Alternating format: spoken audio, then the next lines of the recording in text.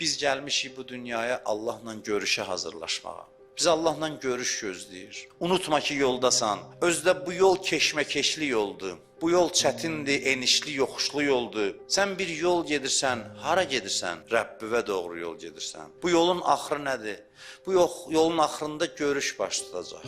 Allahla görüşəcəksən sən. Bir nəfər mötəbər adam bizi görüşə çağırsa, hörmət elədiyimiz adam, nə qədər müddət hazırlaşarıq. Allah ömür verib ki, 50 il, 60 il görüşə hazırlaşmaq üçün. Bu qədər əzəmətli görüşdür ki, bu görüşün əhəmiyyəti bütün həyatımızı əhatə eləməlidir, başa düşürsünüz?